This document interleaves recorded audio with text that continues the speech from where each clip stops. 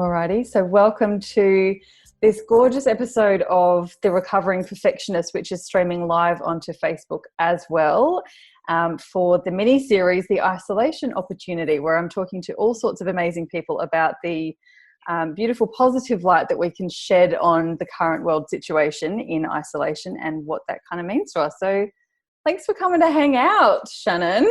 You know I'm always going to say yes if you're like, let's have a chat. We always have a chat. Long story short, Shannon and I have actually been trying to record just a regular podcast episode for probably the best part of 2 years, I reckon. Oh, yeah, I think I was thinking back to like last year. I think, no, it actually goes back longer than that. Yeah, I reckon it does. And since then, we've spent time in Bali together twice at least.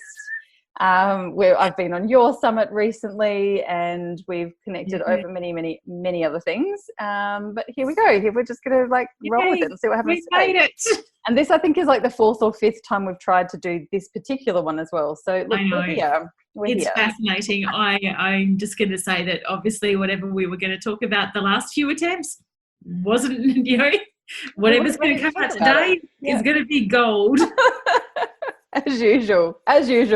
Yes. So I have 1,000 different questions. Long story short, I wanted to talk to you about the creativity opportunity, which we'll get into in a minute, because there's so many different parts of that and reasons why I want to talk to you specifically about that. But before we jump into that, do you want to just give us a bit of a rundown on who you are, why we're talking to you, and what your stuff is? Yeah, well, why are you talking to me? Well, it's a really good question, because I've been hanging out to talk to you. I'm sure you're going to tell us that a little bit more as we go along. But yeah, Shannon Bush is my official name, but I go by Shannon B. And while a lot of people know me from my core business, Creative Possibility, which is a business consultancy business, really in terms of showing up in the world, it very much is in line with the Thrive Factor now, which is an archetypal framework I created over a decade ago now. It feels weird saying that. Wow. For women and in general, but I very much use it for women in business as a priority type focus for me, to really help you to better understand yourself. And having had some interesting conversations recently about people and soft skills, and being told that this is like you don't need to know this stuff. It's like, this is the stuff you need to know more than anything else. Yeah. The business skills can be learnt. If you don't know who you are and how to show up in the world, then you're done for. Oh my gosh, 100%. 100%. So before we get stuck into the creativity stuff, I also want to say I saw your presentation, your workshop at Seven Sisters 2019, which was going through all 12 archetypes from your beautiful book, and it was absolutely the outstanding workshop of the entire festival for me. I got so much out of it. I love anything to do with personality and behavioural types. I get so stuck into it. MBTI, I love languages. I'm so in love with it. And yours is just... The majority of us are in many regards. We might not say we are, but it's a natural human part of human nature to want to understand ourselves. You go back to the ancient philosophers in Greece, and they're all like, know thyself and stuff. Right. That's where all that comes from. Yeah. It's like a pattern that's run through humankind in every culture forever. So true. And it's so interesting. Last week I chatted with Michelle Pepler on connection and communication and relationships, and we ended up spending the entire episode talking about relationship and connection to yourself. But this sort of thing comes up every time. You can't have a decent relationship with yourself, with your partner, intimate partners or friends or work peers or the world in general, unless you know your own stuff, what makes you tick and what your boundaries are and all that sort of thing. Right. So I think I love your... The whole package is just beautiful. It's easy to understand. It's relatable, and the way that you teach it was just stunning. So thank you. As you said, briefly being on my summit recently, the Thrive Factor Summit, where we talked not about the archetypes, but we talked about lots of things that we can do as women in business to help ourselves to thrive, to accelerate our thriving. And the archetypes, of course, came up in most conversations, as I would have hoped that they were going to. But one of the core themes that ran through, and I think every speaker of the 25 of you said something along the lines of, you've got to be yourself, you've got to show up as yourself. And yet there's so much resistance still to who am I, and knowing myself and finding a grounded, practical, but also, my framework is grounded in psychology. It's not some woo-woo thing, and there's nothing wrong with spirituality and woo-woo stuff either. But it's not a made-up thing. Yeah, you haven't just put your finger in the air and hoped for the best and written some words in a book. Yeah. Yeah. Awesome. All right. So the reason that I wanted to talk to you about this, and I often do end up talking to people about something that's a little bit left of center from the thing that they normally would be known for, of course, you know, because I like the little subliminal messages and that sort of thing. But if we go back, gosh, it's almost 2 years ago since we first went to Aisha Kennedy's Blossom retreat in Ubud in Bali. Yeah. And that was kind of the first time that I realized or found out or came into knowing that you were an artist as well as all of these other millions of things. And it was at the next Bali retreat the year after that I also found out that you've been a nurse in the past because I was sick as a dog and you nursed me back to health.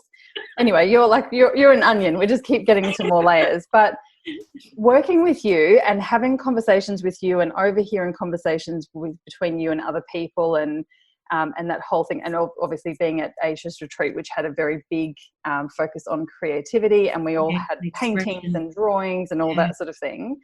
Really, I feel like it was, for me, it opened up, like it just sort of snapped open the can of the worms of creativity that I had snapped shut for the last 20 years. Yes, you had. And I perfectionist issues. Yep. Just going to like put my hand up and suggest that might have been what was getting in the way. Yeah, might have had something to do with it for sure. And I've just been like, so long story short, when I was in high school, I was very creative. I did drama, art, English, and then the other like mathsy things that I had to because whatever, right? That was my thing. And I had these massive big paintings and sculptures, and that was like my thing. My girlfriends and I, we were like the artsy ones, right? But then I went off to uni and I thought that you had to be either creative or academic. And I was like, well, I'll go academic. And I did that for a year and then I dropped out of uni and blah, blah, blah. The rest is history. But I forgot to pick up the creativity stuff again in the form of painting. Common story. Right. Yeah.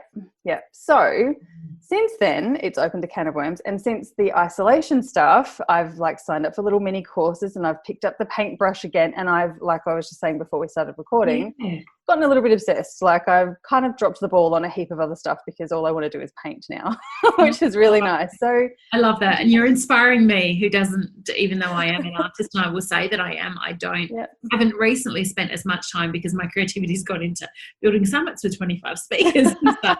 But the actual artistic stuff is, non-negotiable really for me. Yeah. So how do you, like, I could talk about this for hours, but you're the expert. How do you what are the steps for going, like, I'm not creative. I would have said, this is so ridiculous. Now that the words come out of my mouth, I'm like, what the hell was I thinking? I would have said 2 or 3 years ago, I'm not really creative anymore. Yeah. Like it was something that I'd lost and I couldn't probably get it back again.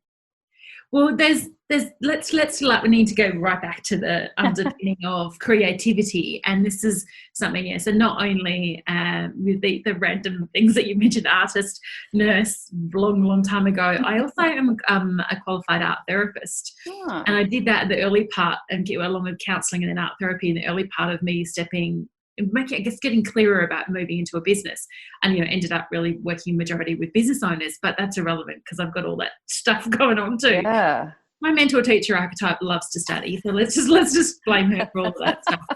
But the reality is that I did identify as being creative and artistic from really little. Like I used to walk around with paintbrushes and paint stuff, and my dad, as I got older, in the speeches at family gatherings and stuff for birthdays and things, he used to say, we would never know if you stood still long enough, you either became the subject matter and you had to stay where you were. Like I would go, you need to sit there because I'm painting you, or somehow you'd end up with paint on you. Like, so it's just like how it was.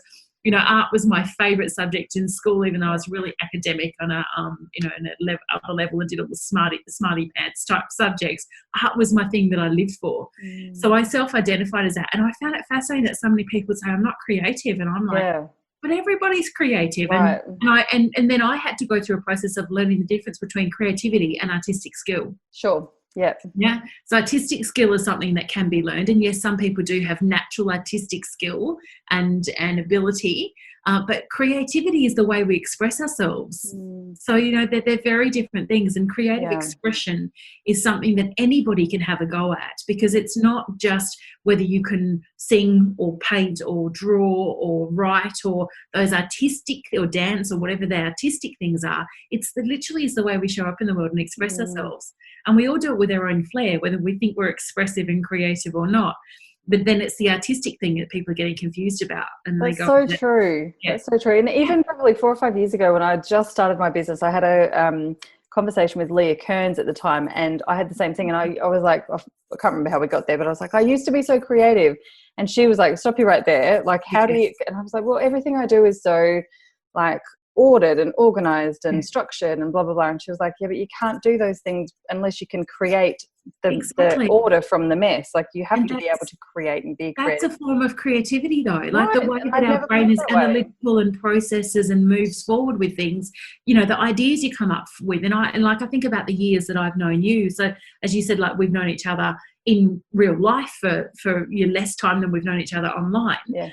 But in all that time, like, I've seen you go from like concepts to bringing something to life quite quickly, and then moving forward. And like, I look at the way that you market yourself, the imagery, the words you use, that's all creative expression.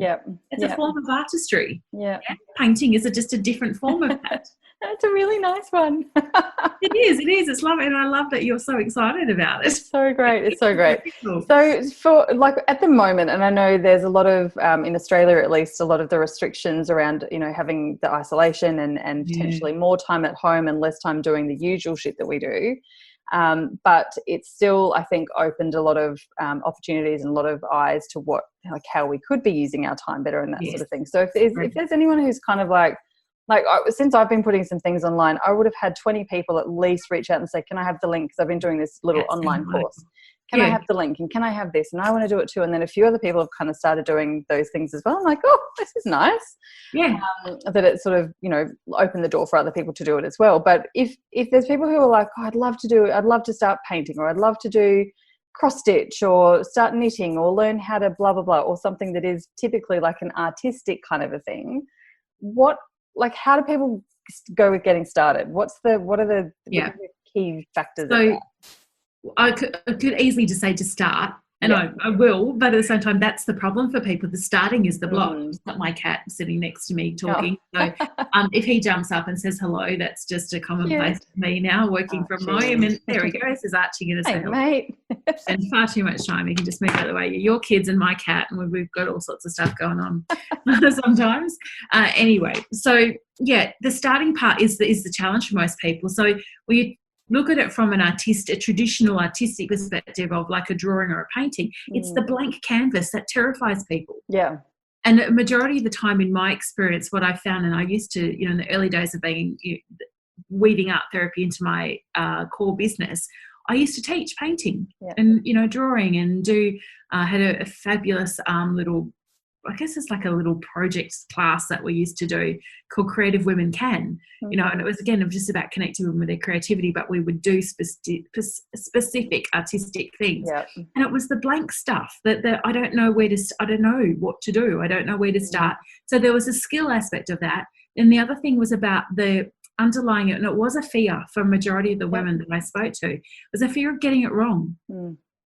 And somewhere along the line, if we traced it back, and this is where the therapeutic part would come into those little programs, it would be unraveling stories that often went back to toddler age, if they could remember them, or kindergarten, where somebody, teacher, a parent, an aunt or uncle, a grandparent, an older sibling, a friend in a class, went, that's not what, you know, you're like, look at my tree, that's not a tree, you know, or that's not, that doesn't look like that, or the trees aren't that colour, like, because you painted a purple tree, well, trees aren't that colour, you know, all these sorts of things. And I remember vividly one beautiful woman that was working with me, she was in her 70s, Claire, and she literally, as she went to pick up the paintbrush for the first time, she's literally got tears rolling down her face. I'm like, this is wrong. We need to fix this. This is not that people should not be denied creative expression for the majority of their lives because of something that they had said to them or that they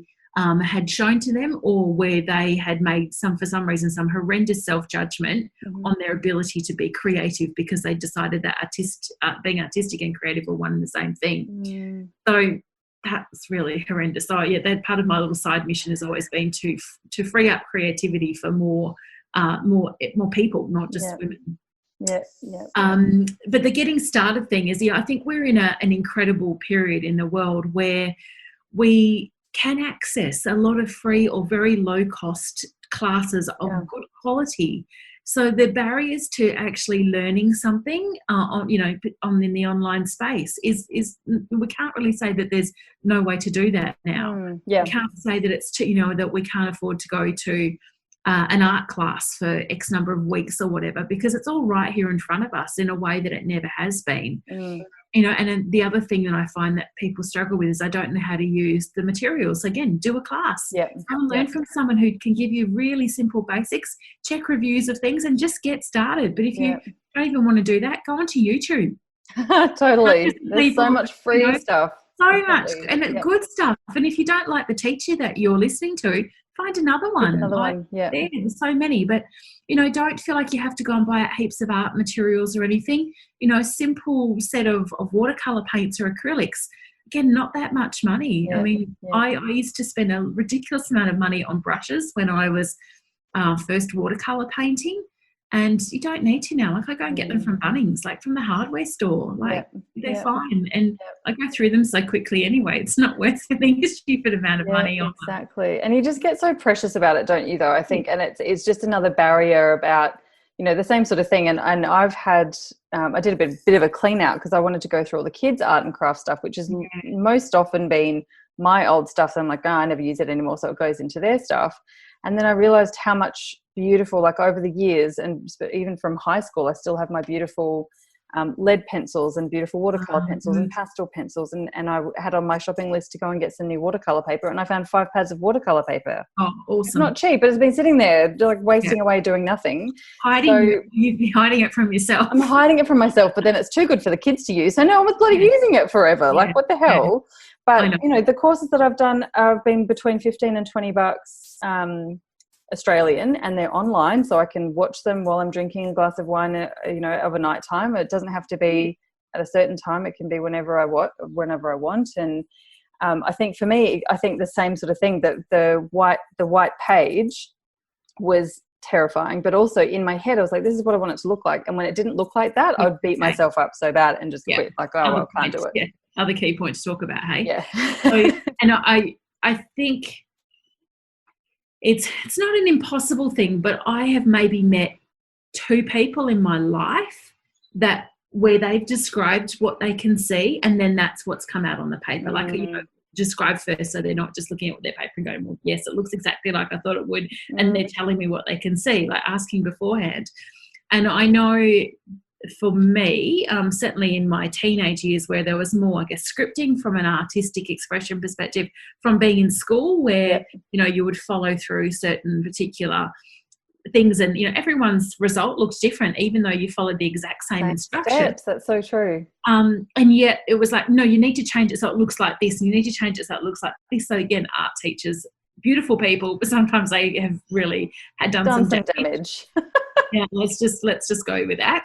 But I don't know. There was something in me that just knew to trust what was going on. And, I did all the paint by numbers things when I was in primary school. I reckon I was probably about 8 or 9, and I spent some time with one of my grandmothers, and she was very much, if I sort of said I wanted to try something, she'd go, okay.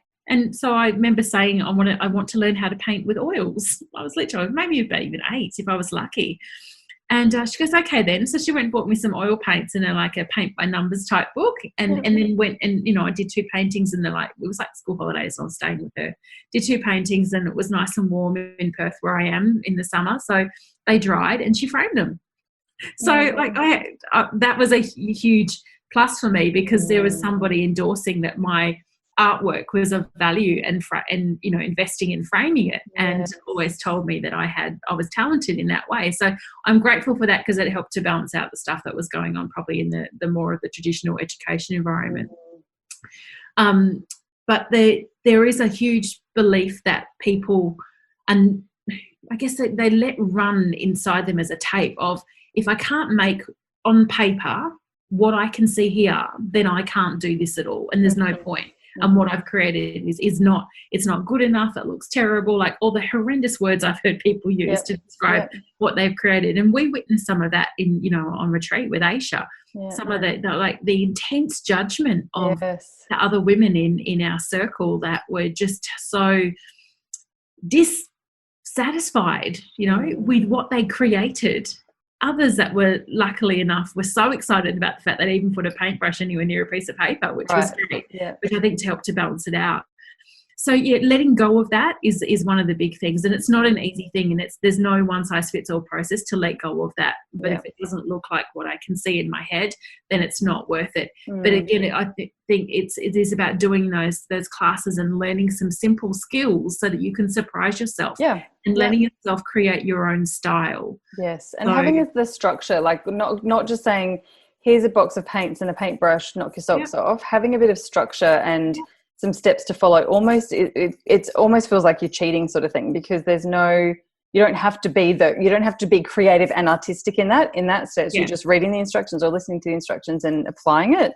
And then that gives you some of the skills and the confidence. And then once you've done that, then you can go and run wild a bit, right? But totally. You've got a bit of structure. It's such a fascinating thing. So many of us consider ourselves up for failure in terms of being creative because of the firstly that what we already talked about, the mix of, you know, what I'm not creative because I'm not artistic, but then because, well, I can't come up with an idea and just make it happen. So again, go back and learn the skills, because it's just going to give you an opportunity to build some confidence and to create some things. And exactly, I love what you've been doing, sharing them online. Go onto Facebook, go onto Insta, whatever your social media platform of choice is, and just share what you're doing. Even if you just share a corner of what you've painted, or the fact you've got paintbrushes out, or colouring pens, or you know, even if you start with colouring in. But totally.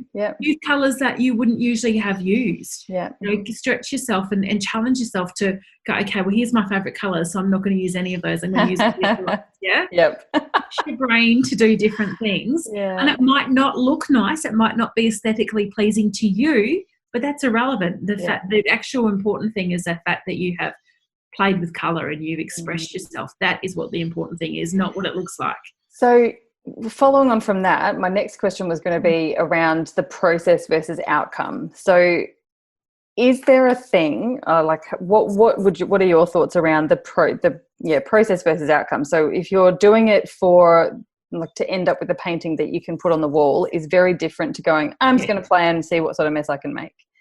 Right. And not having any expectation of what the outcome looks like, and just playing and being like, well, that was crap, put it in the bin, no worries. It's, you know, fire kindling, or turn it over and paint on the other side. Like big paint on the other side. Canvases are the thing that can be annoying if you want to go into painting like with acrylics, or don't start with oils for a start. Let's not do you all a favour and don't start with oils. It's not because it's hard to paint with them as necessarily. It's because they're messy and they're smelly and they take forever to dry. But it's too hard basket. It's too hard basket. But start with paper and get some.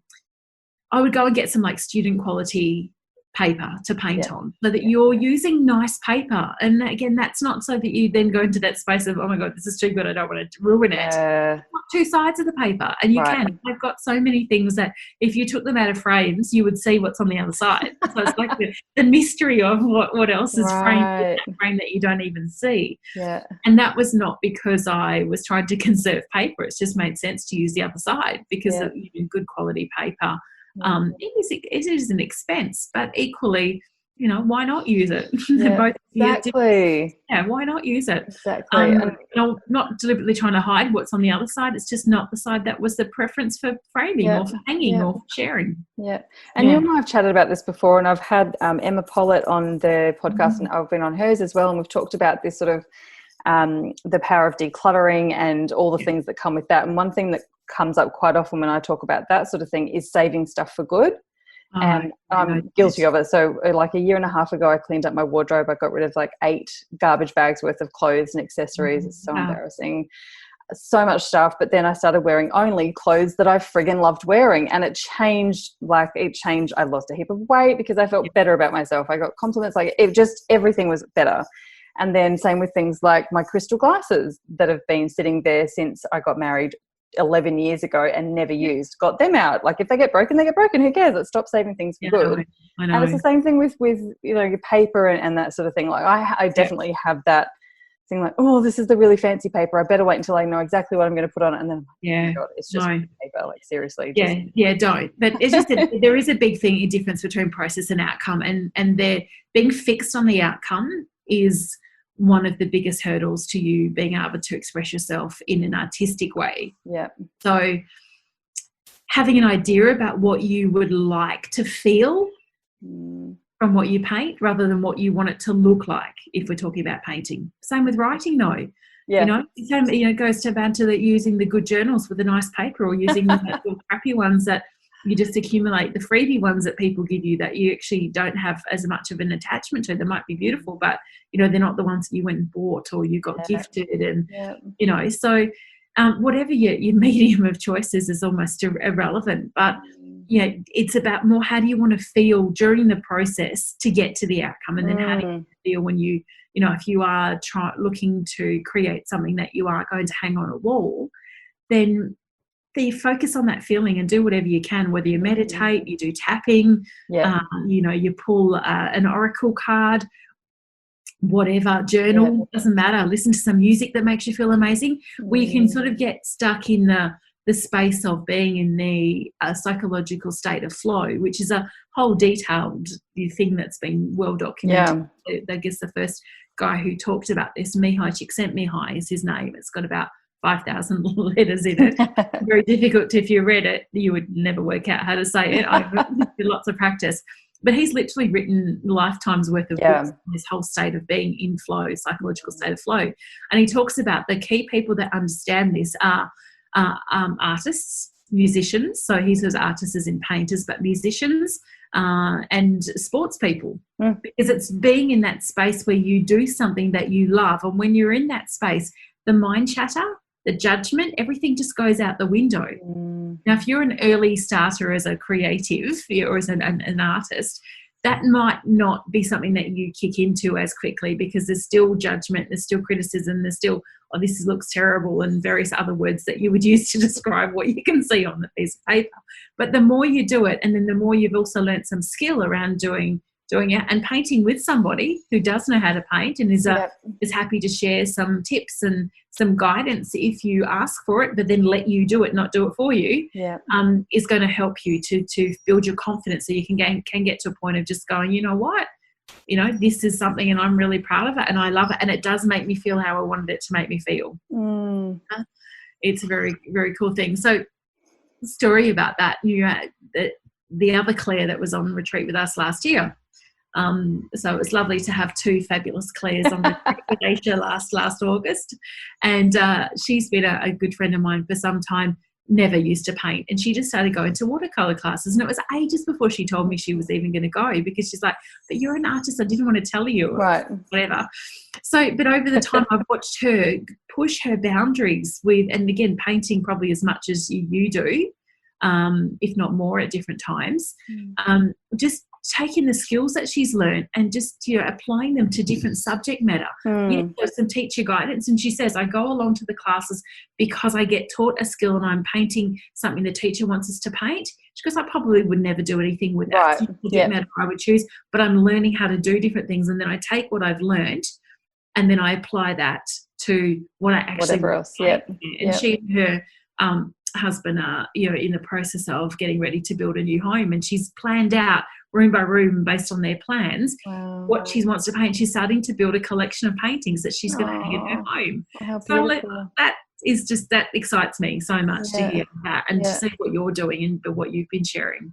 And I think part of it's like that purpose thing. Like, am I painting because I want to fill my home with beautiful things? Am I painting because I want to gift it to my friends or turn it into, like, give it as a birthday card instead of an actual birthday card? Or is it because I just enjoy that wind down time where I don't have to think about anything. Or for me, it's kind of like doing a jigsaw puzzle where it means that I'm so focused on this one thing, and I know that there's so much stuff processing. I'm having these conversations in my head or whatever's going on, and I can actually process stuff because I'm only focused so deeply on one thing. It's like my brain does all the other work that... So you've tricked in yourself, not tricked, that's the wrong way. You've tripped yourself into that state of psychological flow. Yeah. As I said, that the crazy brain that can get in the way, things like the perfectionist brain, just goes. It doesn't have room because you were so focused on what it is that you are creating. Yes. Yeah. But as you said, there's other conversations and things can go on in your mind that can help you to think clearer, to come up with great ideas and solutions to things, to just feel good. Yeah. And I think, like, as you were just saying, with being able to apply it to other projects, I think for me that applies to everything. It's not just to other artistic things. So you don't just learn the technique and then apply it to the next painting you're going to do. It's almost like the whole process you can then apply to when you're like putting a new course out, like I did last week. Like, fuck it, let's just see what happens and have a bit of an experiment and whatever. There was this like non-attachment to the outcome rather than just enjoying the process of the creating. Or there was, I don't know, there's like lots of little things, I guess you can get as sort of, philosophical about that as you want to, but it's not just, you're not just learning art stuff for the sake of creating art stuff. It's so far reaching with like self-care and giving like priority to something you want to do rather than something you need to do. Like, I need to cook my children dinner, but I want to do the painting. And it's just nice to be able to balance that stuff out and go, like, obviously I still cook them dinner, but maybe I like don't do something else just because I need to, because I actually give myself permission to do something because I want to, whether it's painting or whatever. Yeah, which brings us to, that's a whole other conversation, the permission thing. We talk about permission on this podcast every single time. So we're on board. I'm not surprised. But yeah, that's a whole other thing. And we hold ourselves back from doing so much of the things that we dream about doing. Yes. And it's not even a one size fits all reason that we do that. There are so many different individual reasons for it. But I would love to see a world where, particularly as women, because I think we have a unique opportunity to lead the way for others with this, is that we just start letting ourselves just do whatever the thing is, that it's almost like push the boundary to the extreme, and the one thing that you think you really shouldn't do that one first, and the rest is just going to fall into place. But I know that's not necessarily something that a lot of women are going to allow themselves to do. Did you hear the Virgo in me like, I did. I know. I felt it. It's palpable from the other side of the country. And we're so good at putting excuses in, letting other things get in the way. And I do it. We're all human. It's sadly, I think it's part of the human condition of what we've learned, because you look at kids when they're creating in an artistic way, before they get to, yes, I've potentially got influence of parents and older siblings and grandparents and, everyone else. But when you just let them have a piece of paper and colours, you just let them just go for it. And they're so free with what they do, and you can see the joy in them. And, they just come, and I mean, my little niece, my baby niece is 3.5, and she was over a couple of weeks ago, and when she knows that when she comes here that she can draw like whatever, she knows where the paper is, she's got crayons at her level, and she actually wanted the markers. That's not a problem. She goes outside and she just drew, and she came back to me with a piece of paper with it. She's learned how to write H for Holly because it's her name. So she's very proud of that. So that's on everything she creates at the moment. And she's put lines of blue and lines of yellow, and she goes, "That's your beach." Random. But it actually did, you take it to an abstract way. It was the beach. And my brother acknowledged it and went, "That's like beach, Holly." I was like, don't say anything else. Just leave it there. As opposed to my eldest niece who's 15, and I remember when she was about 2.5, and I was looking after her for a day or something, and my brother, the other brother, had said to me, "Can you teach her how to colour in the lines?" And I was like, I will never, ever do You've that. got me all wrong. Never. Exactly. So that's the brother where I challenge with being artistic, and the other ones be like, oh, well, let's go with the flow. But I said, no, I will never, ever, ever teach any child to colour in the lines. In fact, the more they colour outside them and choose colours that don't seem to make sense from what they see in the world, the better. And the better. The whole thing about telling them off about it. No, about tree. And one of the classes I used to do when we would do acrylic painting, we would do landscape work. And I would say to the ladies in the class, I want you between now and next week when we are going to look at landscapes, I want you to come back with a list of as many colours as possible that you can see when you look at bark and when you look at leaves. And if anyone puts the word green and brown on there, you can't come back next week. And they'd look at me like, what do you mean? I was like, just go and actually look at nature. Look at what is there. And I used to love it because then they'd come back and they'd be talking about the tree trunk and the bark, and they'd be like mauve and blue and grey and amber and gold. And it's like, yeah, see, all those colours are there. Yeah. So why are you painting a brown trunk? Right. No wonder your tree looks flat and lifeless, because that's not what a tree looks like. That's what a storybook has told us it looks like. Yeah, exactly. And that's what, like. And you and I have talked about this as well, because I'm definitely been guilty of being like, oh, that's too messy, let's not do that. And we haven't done a great deal of that with the kids. But, since I got a couple of lovely bollockings from you, I've definitely tried to improve that in a loving way. So, yes, I'm trying to think that was more with Zeb, wasn't it? I think especially Zeb. I mean, he would have been, I don't know, 4 or 5 when I first met you in person, and now my kids are 5 and 7. But we've moved to the sunny coast, and we live in this townhouse complex, and the kids often play together like around the driveway sort of thing. And I've got a table out the front where I'm either working or painting or whatever. And it's kind of become like the kids' communal art space, and the kids all know in the garage there's a whole cupboard of where the arts and crafts. And one kid the other day said, I really like doing arts and crafts with you. It's really fun. I was like, oh my God, I've become the arts and crafts mum of the place.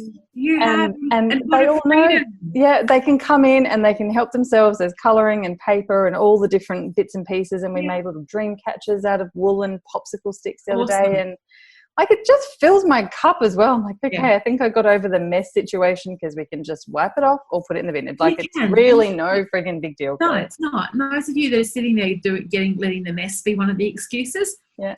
Get a big sheet of plastic of some description. Yeah. Or an old sheet. Yeah. Yep, exactly. Go outside when the weather is conducive to it. Yep. And let your kids or yourself just play. And it makes me do more of it as well, because I'm like, well, we've got to be outside anyway, and I'm not going to sit there and just watch everyone else paint. I'll paint myself, and like this is mine, and this is what I'm doing, and you can use these ones. And it's just been such a game changer in so many ways, and especially in the last couple of months, because we've been home so much. And I can't sit and concentrate on work because there's a million people and children around and all that sort of thing. It's been a really bloody awesome excuse. And it's like one of those things where we talk about returning to normal.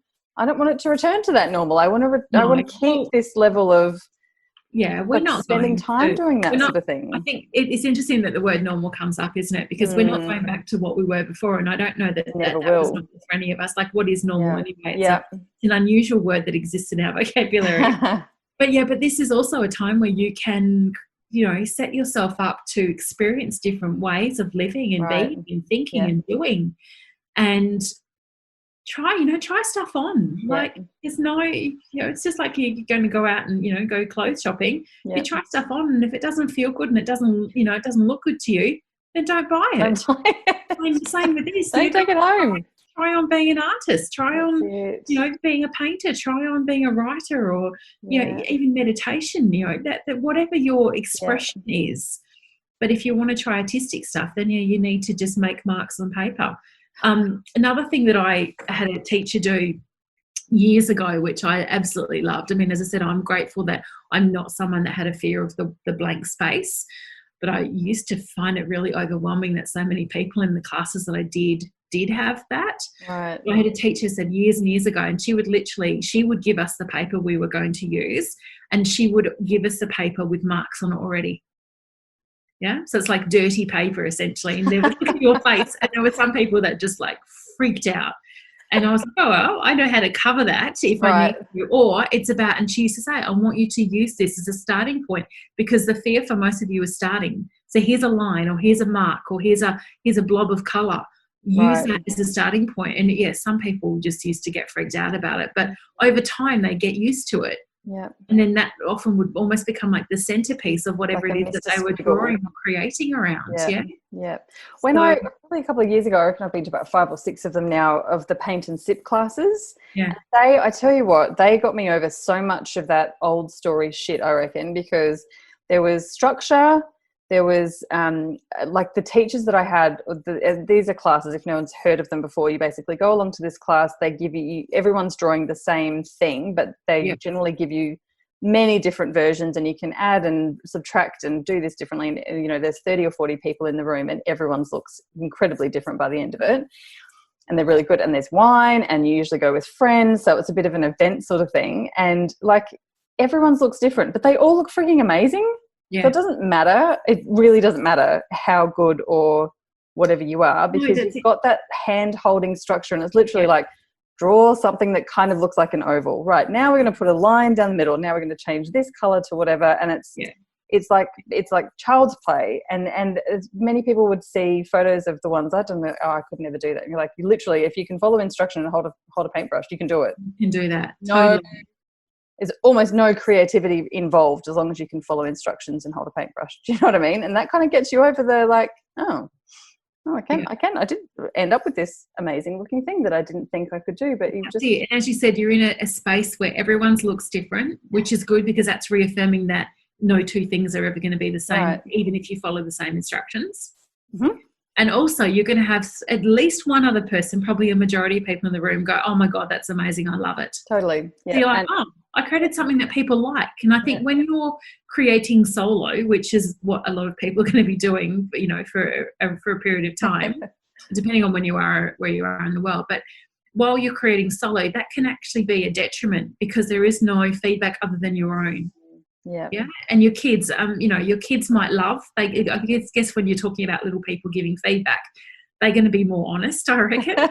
And they might love it, but they might not, and they'll tell you. So that don't use whatever they're saying. Even, again, if they love it, let's just go with that. If they say it's terrible, just ignore that bit. Right. Yeah. But do it again. This is where the social proof. Put it online. Just share it with somebody, even if like you've got a messenger chat with a bunch of your best girlfriends. Yeah. Share it in there. Like, it doesn't matter. But seek feedback. Yeah. That is going to get you over your no one needs to see this because it's terrible. Yeah. Because once you start getting some positive feedback, which I don't think I've for a long time seen anyone have a go at something that someone shared online in terms of an artistic expression.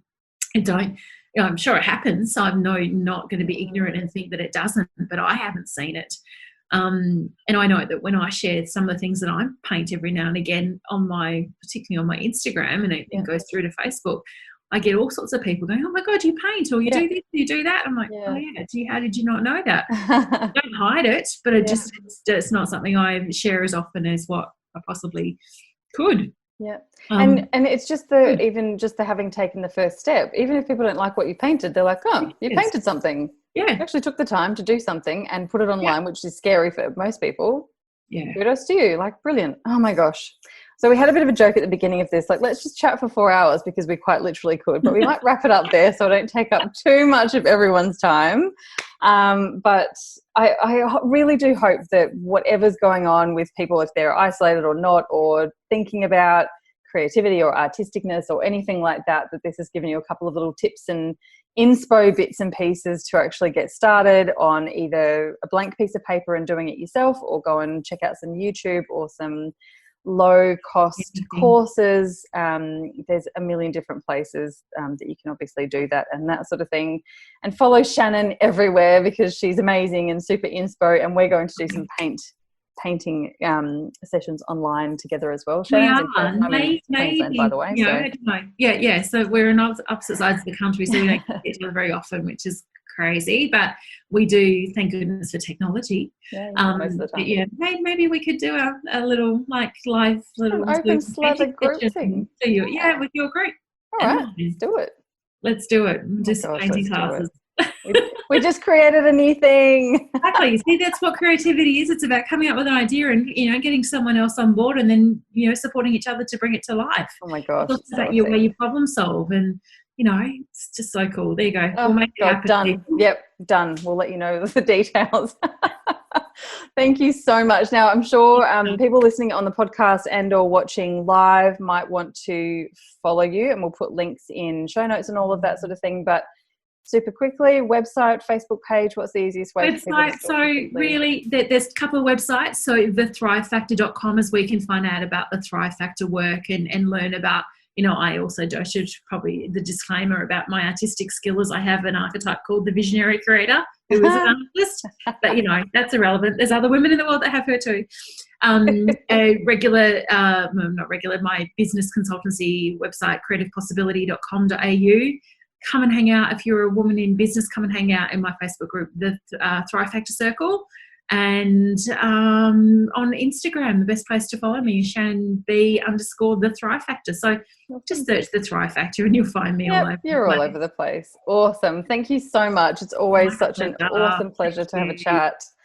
I can't wait to see you again, hopefully in Bali in the not too distant future. I know. I hope so. We'll make it happen somehow. Universe, sort yourself out. So we can exactly. Traveling and painting together. Yes. Excellent. Thank you so much, gorgeous. I will talk to you super soon. Awesome. Bye. Thanks so much for tuning in, everyone. I'm Claire Riley. It's been an absolute pleasure presenting this show for you. If you would like to stay connected, I do run a beautiful online Facebook group community called The Recovering Perfectionists. Pretty easy to find us. We're a group of several thousand over on Facebook, so come and have a look. And if you've got any suggestions about the show, if you love it, I would love you to head over to the iTunes podcast tab and give us a rating and review. And as always, I'd love to hear your suggestions about anyone who you think we should have on the show or any topics that you'd love us to cover. I hope you're really great, and I'll talk to you soon. Bye.